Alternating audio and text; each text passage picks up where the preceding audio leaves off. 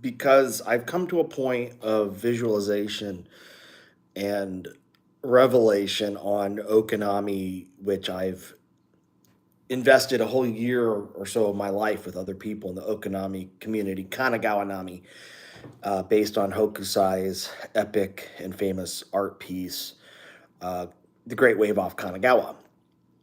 I'm going to give this a little filter here just to lighten it up. That looks a little bit better. Beautiful fall day here in Plano. I live in Texas. And, it's just one of those days where in the morning I start to think and put pieces of a puzzle together. And on Okinami, I've been putting the pieces of this puzzle together with other people and basically pondering on this mystery. And I'll go live and you can watch it later. There is one fact about Okinami token, other than the basics of it being like an ERC20 token. We know that. Other than Okinami being deployed as far as it stealth launched, over a year ago, July 2022. And we all know that Okinami had a the developer was present, and then the developer left, has been missing in action for about a year. And everybody's just sitting here waiting for the dev to come back. And I'd like to see the dev come back too, but under what circumstances will the dev come back? I don't know. I don't know for sure if he ever will come back. And does that matter? Some would say, well, yeah, it matters because they're the ones that have to do everything to bring it all together. What was this thing intended for? What was it created for? My prior video went into some analysis as to why I don't think Okinami is a scam. If you excuse me, I have a cold and I'm getting over it, but I had to do this video. In my last video, I go into a logical thought experiment where if Okinami was a scam, and I'd say it's more of a mystery than a scam, much, much more mystery than it is a scam. There's something in logic called reductio ad absurdum. And if you reduce something down on a basic premise, that if you keep breaking it apart and asking question after question, the answers start to become more absurd and more absurd by reducing it down. Okinami is not the way a scammer would go about creating a scam. We've seen empirically how a scam's done. Did investors lose confidence and sell? Yes. That happens in every single crypto project, including Bitcoin itself. Did people leave the community? Yes. Are there people who left the Okinami community accusing Okinami of being a scam? Yes. You cannot prove it, but for what you want to interpret the evidence to mean. So the evidence is open to interpretation. Okay? The evidence is open to interpretation. Now, that being said, excuse me while I grab a Kleenex here. That being said, you can interpret the evidence one way, neutral, or another way. Neutral is really no real interpretation at all. You could just say, I'm indifferent.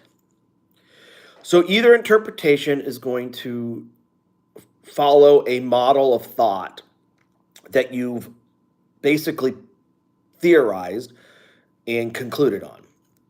So let's go with this real quickly. If it were a scam, you could have made a lot more money. There's no doubt. Let's just sum it up. You could have just, if you know the history of Okinami, you could have gone along with the revelation of the roadmap white paper. You could have made up something that would have pumped the token up considerably more from the surge message. The surge message was very big a year ago. And if you know what the surge means, EIP 4844, the scaling solutions for Ethereum and lowering gas and transaction times and costs. The surge. It's in the ETH roadmap. Vitalik Buterin posts on Twitter the updated roadmap after the merge. The surge is now pushed back to 2024. There's another delay, I believe, pushing the surge then. We can go along with this premise that, well, he just found something very lurid, captivating about this ETH thing, and the dev is essentially, just fooling a bunch of people for what reason? Well, usually just to make money. I don't see this as a grandiose practical joke. There's a lot funnier and more entertaining things that trick people in crypto than Okinami. Could it be that it's just a test run for something else possible? Could it just be a test? We don't know.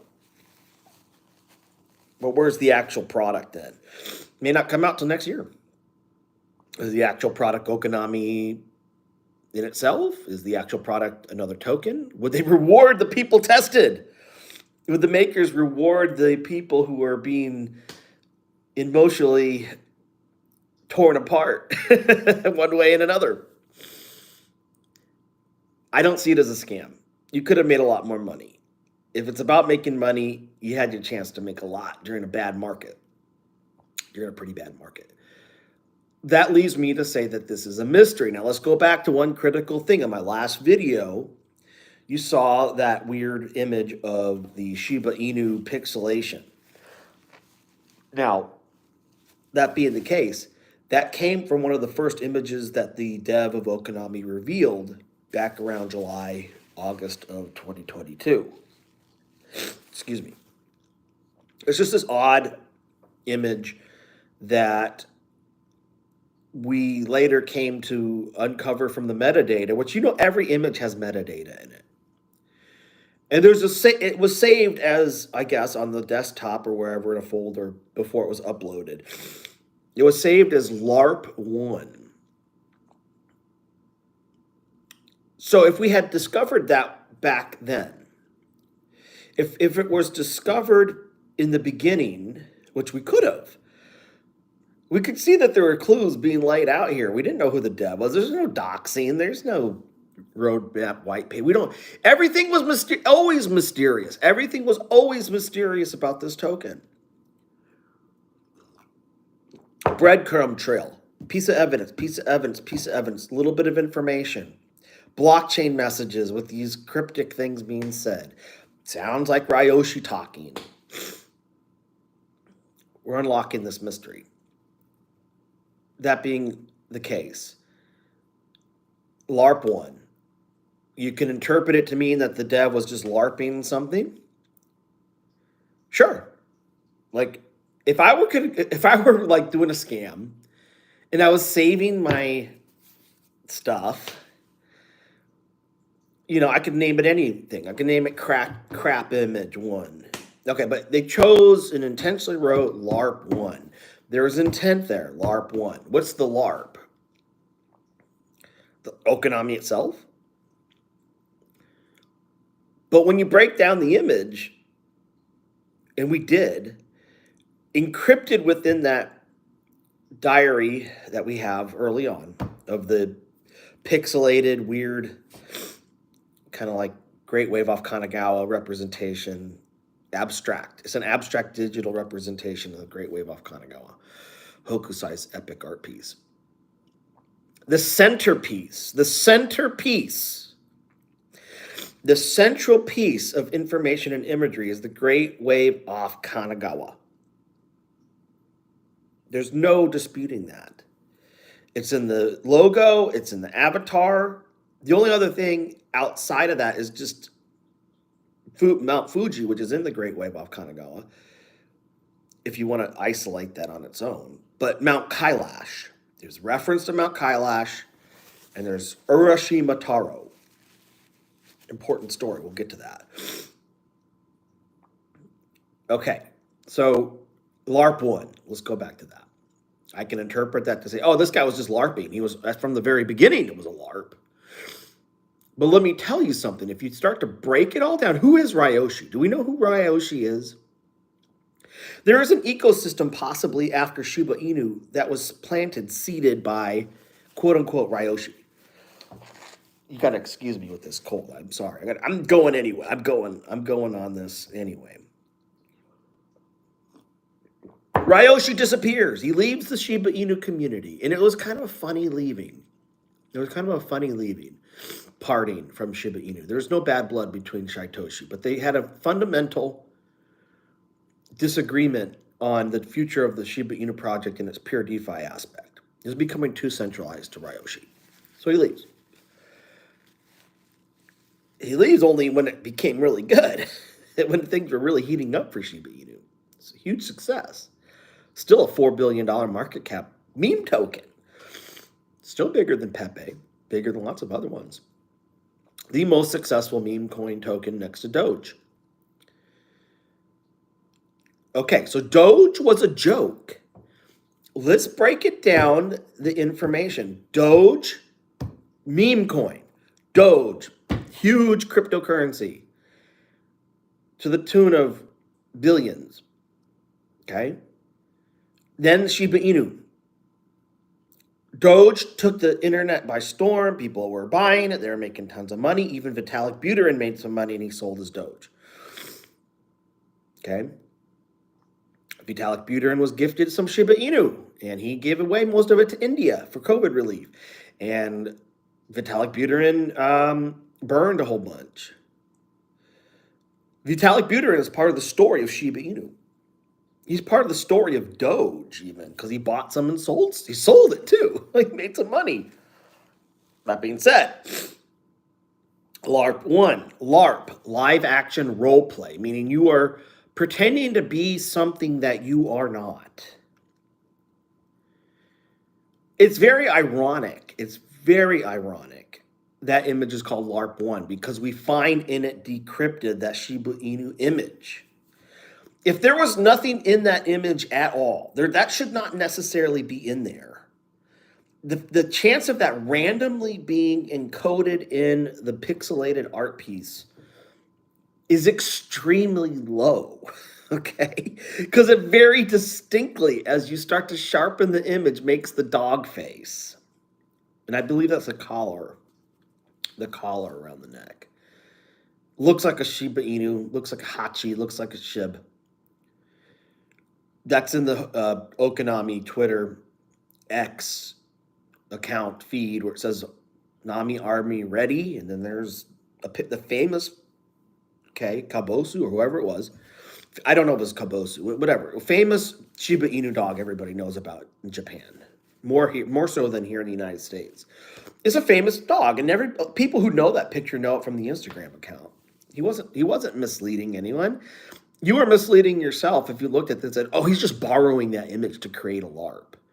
There were LARP accusations then because we're like, oh, that's not his original. He's not really there. He's not in Japan. He's LARPing us. He's LARPing. He's LARPing.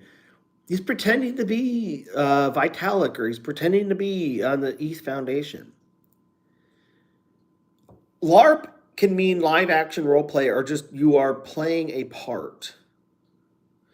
Playing a part or live, but in the crypto world, LARPs have been known to say, "Well, you're LARPing Ryoshi. You aren't the." Do we know who the real Satoshi is? Do we know who the real Ryoshi is? No, nobody knows. BitBoy made some content. He's not even he's not a trustworthy source. BitBoy is a showman. BitBoy is a YouTuber. He's a content creator. He's looking for likes, subscriptions, shares, money. He's completely money motivated with his content. BitBoy says, oh, this is, we've deduced who Ryoshi is. No, he didn't. Could he be one of the people behind Ryoshi, perhaps? Maybe there's multiple people. We don't know. It's an account. It was an account. And if you go to Jay, it's in a prior video of mine. If you go to Jay Durenthal's investigative work on, and he joined the Discord early on when Kat and Ryoshi and some of the early OGs of the Shiba Inu army, when it was very much so on Discord. He talks to Ryoshi and gets to know him a little bit. He joins the community, Jay Durenthal. And you can look up his work in journal. It was journalistic. He wanted to see who this guy is. And he got to know him a little bit. And one thing we don't know is we don't know who it is. One thing we know for certain is we don't know for certain. Let me repeat this. I'll repeat this. One thing we know for certain is that we don't know for certain who Ryoshi is. Same for Satoshi. With Amber Alert just came on. I'm on my phone. Going live on my phone. Sorry about that interruption. Okay, so we don't know who these characters are. These characters are a LARP. Let me repeat this. Ryoshi and Satoshi are a LARP. A live action role play of a character that is imbued in the tokens and DeFi creations of Bitcoin, of Shiba Inu, okay? Your online personality is a LARP. Who are you online? If I don't show who I am, if I don't show my face, if I use a little kitty cat or a dog to be my avatar, and all I do is talk and I have a name. Ryoshi means fisherman. Okay? Ryoshi means fisherman. And he is a fisher of men. It's a little bit of an ironic, poetic symbolism there of Ryoshi himself. Kind of comparable to a messianic. He's a messianic character. You know what messianic means? Like a messiah. It's funny that the name of my channel is Meta Messiah. You know, the meta, something, this overarching thing that surrounds, okay, as a meta. A large ecosystem could be a meta or thematic thing. Culture, people could have a meta. There's various things in that word, but Messiah is something we all know back from not just Christianity, but Buddhism. Somebody's waiting for a savior. DeFi is cultist. DeFi is cultist.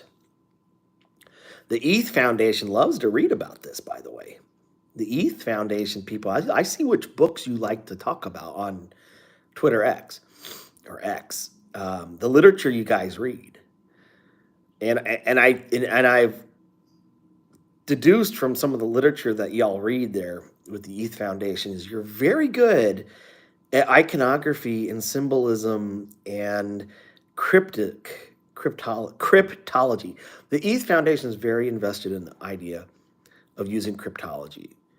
While they create this massive institutional, decentralized, but an institution through, it's a decentralized institution, which sounds odd because it's a paradoxical thing. We think of an institution as centralized, but over time, something that community creates is, in a sense, decentralized because there's no central power to it. It's a de-institution. And you guys over at the ETH Foundation, I hope you're watching. I believe there's connections with y'all. Russell Verbeeten being one. I believe his wallet ultimately ties into the deployer wallet. If you go to the Okinami deployer wallet, I'll put the link in the description of the video. It's 5 years old. Okinami's deployer wallet, without any dispute, there is no dispute that the Okinami deployer wallet was called that given its name, was created 40 days before Shiba Inu's wallet was created in 2018. There was planning and thought behind it. That being said, LARP 1, I'm going back to this. A LARP like Ryoshi, a LARP like any other, is you're playing out the part. A fisherman story, Great Wave off Kanagawa. There are symbolisms and iconography and clues and evidence dropped intentionally for people to look at to make their own conclusion. Another token that came out recently was CAL, C-A-L, calcium, I think CAL.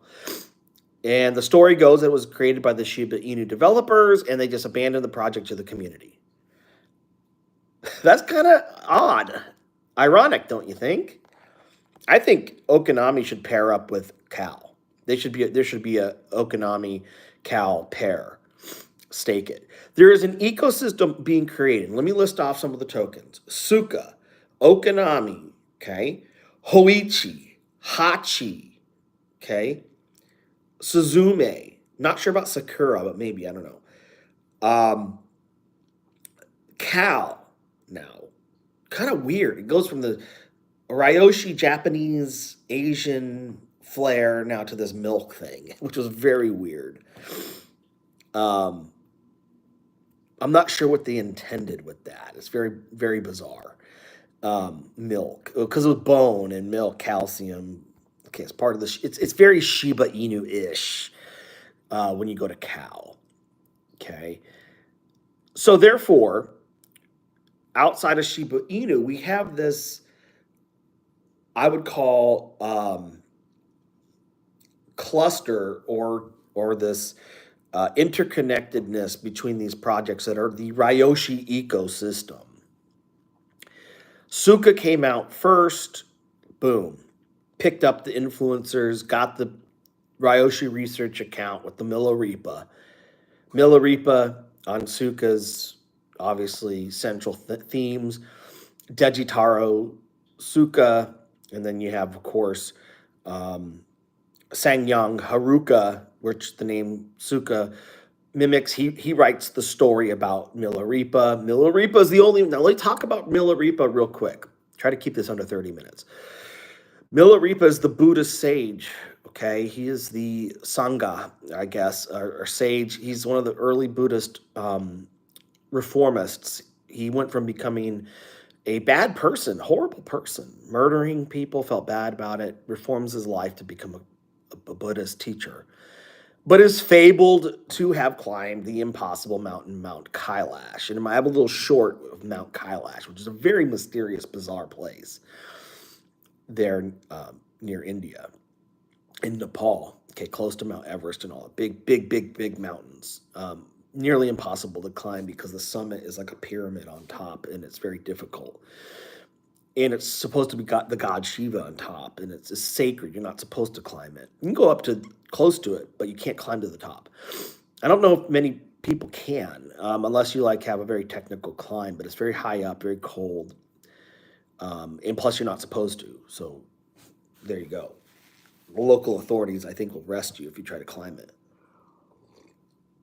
And for a good reason. The rescue missions to get you off would be expensive. It's just too dangerous. And in that event, Milarepa being the one to make it to the top, I think he flew to the top or something like that. It's something very mystical. And that's Suka's claim to fame, and they got the influencers. They're huge. They're a huge market cap. During the bull run, they could easily go into $1 billion market cap token. They're the fire. They're the dragon. Okay, there's an image in all of these Ryoshi tokens. Suzumi has a cute little the sparrow, the bird. Hoichi has the guy playing a little guitar, singing the song about the samurai war on Hoichi. Hachi has another Shiba Inu-like dog. And then Great Wave off Kanagawa, Okinami. There are going to be some that just actually are terms we use in crypto that are true LARPs, meaning they saw what everybody else was doing and LARPed it. In fact, one was a proven scam And it had to do with the Tengu. Tengu actually is funny because somebody actually did scam the communities I mentioned, including Okinami, called Tengu, which is like the mask, the Japanese mask. It also had like some type of mythological Japanese thing, entity of some kind. And they fleeced people, creating a fake project that was clearly a LARP, a scam. I want to go by contrast. If we look at what came about with the Tengu thing, you can have a LARP there, scam argument very easily based on how that one unfolded. Okay. I think there was another one too recently. I was really busy at the time, but there was another one in the main group there that got shut down pretty quick. Looks like they were trying. It was probably the Tengu people doing it again. So we have like some counter examples that work very well, the contrast. And when you put it all together, and again, when you're playing the part of Ryoshi, playing the part, stories, folklore, legends, mythologies, these are all embedded in the iconography and the symbolism and the religiosity and the faith-bound and faith-based type elements, infusing the mythopoetic. There's a mythopoetic structure underlying Okinami and the others. Therefore, the mystery of Okinami is in the uncovering of the evidence and to try to piece together why the dev has left. Is a gamification, and it's probably the first of its kind that I've ever been able to identify as such. The Cal token actually gives rise to me wondering the same thing. These Ryoshi people that are running this Ryoshi esprit de corps, this character, this LARP. Ryoshi is a LARP. Ryoshi is a LARP. Ryoshi is a LARP. Think about that. And there's no real person. Okay? There isn't. That's why you can't find this person. There's probably multiple people. You have to LARP the character so that nobody will ever know. But there is a clandestine and cloistered group of people that I would say represent whoever this Ryoshi is. And Jada Renthal maybe was just talking to the one person who was LARPing Ryoshi at the time in the Discord early on in SHIB's day. Some people may claim to know him. Satoshi, we don't know who he is yet. And we don't know who Shaitoshi. We don't know for sure who he is under SHIB. And he's running the dang thing. So that being said, we don't know these undoxed characters, who they are, but we're trying to unlock this mystery. And I would say this is a gamification, like in Ready Player One. Unlock the keys, keep unlocking, and we create something big as a community. We have the directions right there. EIP 4844, build what needs to be done for that. That we fit within that paradigm. The community, it can get people. We might even be able to enlist some former ETH developers or maybe some people in the ETH Foundation, if we reach out to them, might be willing to help. Be like, yeah, this is an interesting narrative. I can't confirm any of your theories about who's in the ETH Foundation, but look, there's some strange symbolism here that really seems to match up with the Great Wave and how much it was used in the ETH Foundation's publications and artwork, graphic design for various things, especially the surge itself with the water image, Great Wave, so on and so forth. The ETH Foundation may be more than willing to help if we just reach out to them and say, we're decentralized. We are trying to build. We need you. We can't do all the EIP 4844 things by ourselves without, and they're going to publish things that give us the code and the directions on how to build the nodes and Proto-dank sharding, this and that. So like Cal, the community has to build it. And you never know, the dev might come back in an incarnation we never expected. And that incarnation is the pool we least expected. There's a message for Okinami. Look in the pool that you least expect to find. And that pool that we least expect to find is ourselves. It's the community. It's part of the poetry, the beauty of the story. There's a story that's unfolding with Okinami. I keep telling you about this. It might seem like nonsense to other people, but if you know the whole story, it's not nonsense. It makes sense. And the symbolisms behind it, the mythopoetic aspects of it, the evidence as the breadcrumbs become lifted up and you analyze each little kernel one at a time. You know, you pick up the little crumb, here it is. What is that? Well, it all fits together with the other things. You have to know the whole story over a year, and the people of the community know the story. Come to the Telegram, get the links out of the description to this video. Learn more about Okinami. Learn what we can build together. Learn what this community can do. We can do like Cal. We can do like Shiba Inu. We could do whatever we want, and we never know what's going to happen with others coming in. We have to recruit people.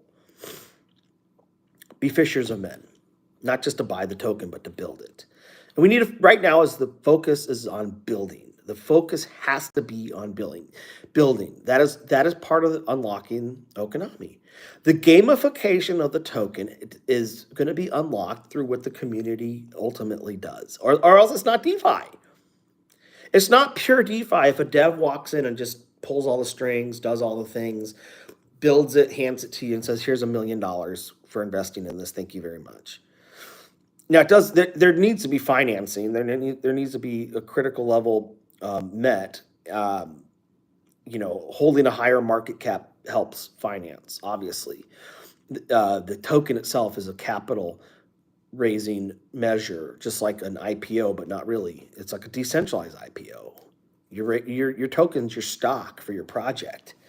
And with that stock, you use the money to fund things, okay? The community has to get it together now. Come together and join with other communities like Suka, like Hachi, like Hoichi, like Suzume. It's time to come together and build this ecosystem that Ryoshi, the vision, so these things all work together towards common good. Okay, this DeFi financial system that helps people and breaks basically the dragon. The banking system and the dragon need to be destroyed with the sword and the water and all these other elements that have to come together. Even the little birdie, maybe there's a messenger to throw off the dragon. The guy playing the guitar to create music to distract the dragon. The water, the wave, the fishermen ultimately fighting their way. It's a gamified investment experience as the community unlocks and they find answers to the clues. Excuse me. They find answers to the clues and build. That becomes a game in the end.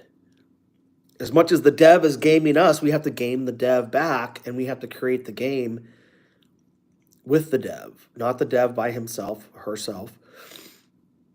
They might come back, and like I said, they might come back as they were before. They might come back as something else. Could be a new character, new LARP, somebody who doesn't reveal who they are. They want to build. But we have to reach. If you're not reaching out, if you're not shilling, if you're not going into the communities at large to build your community, you're doing nothing much at all. You're just letting your token languish. You could let other people dismiss it as a scam. That's fine. You won't win anything there. You just wasted a whole year. Yay. Or you can actually do something. It's time to act. This is time to act. And I welcome the Suka community and other communities. I think Suka and Okinami as a pair and a staking protocol, burning each other as people stake and making token rewards off of it. Any of these Ryoshi tokens be perfect rewards. Okay. Add some ETH too. Add some Bitcoin. And that leads me to one other thing. You saw the image. You had to watch all the way through to get here. Wave and Ripple, Satoshi, the wave on that book. Okinami very possibly is this great mystery to be unlocked, just like Bitcoin was. And people online have to unlock this mystery. Could be the next Bitcoin. Could be. It emerged at a very bad time financially, bad for DeFi, very bad in the crypto winter. In the crypto winter of winners, here comes Okinami. The world doesn't know about it. Stealth launched, a small community. We're like the little fisherman community bringing this to the world. And I think the Japanese audience is really going to take it. The Asian audience really is going to take it and go with it once they find out more. We need to reach out to them and market to them. Again, it's very difficult to put any certainty on anything. It's all about it's a matter of faith. As I said in my last video, it's a matter of faith. And there's so many things that could be done. We talk about the tech and the utility. There's clearly so many things that could be done. The liquidity pools are there. There's no one taking it. I know that creates fear and trepidation. I don't know if it's burned. I don't know if it's untouchable at this point or if constructively burned. It could just be that way forever. And it's safe. And it can do what Suka does. It has almost the same code except for the bytecode. And then you add on whatever the execution layer is meant to be by protocols, dApps, and so on. All right, not financial advice here. Entertainment purposes only. You see the disclosure in my videos. This is not to be taken as financial advice. This is just for entertainment. It makes sense to have a small bag at least of Okinami. Everybody who's interested should have at least their moon bag. I know the community wants to do a lot of support, and they're still here. The community is a testament to this project. There are still many who are left, and they want to build it. That's great. Let's build it. Let's build it. And let's unlock the mysteries together. Give me a super thanks, everybody. Helps me buy more Okinami. We'll give some away. Super thanks can be $1.99 and up. Like, subscribe, share. Check out the link for the NFTs if you're interested in that to support the community. But definitely hit the button so that you get notices for future videos, and share this to the world so we can promote what would be more information about Okinami through my videos. I'm trying to help the community. I'm not paid. I get no compensation. I'm just here to help. And yeah, help myself and help others. Okay? I have my own agenda too, but I really enjoy the story a lot. And I think I could talk about so many other things, but I talk about this. All right, y'all. You'll take care and enjoy this nice fall weather if you can.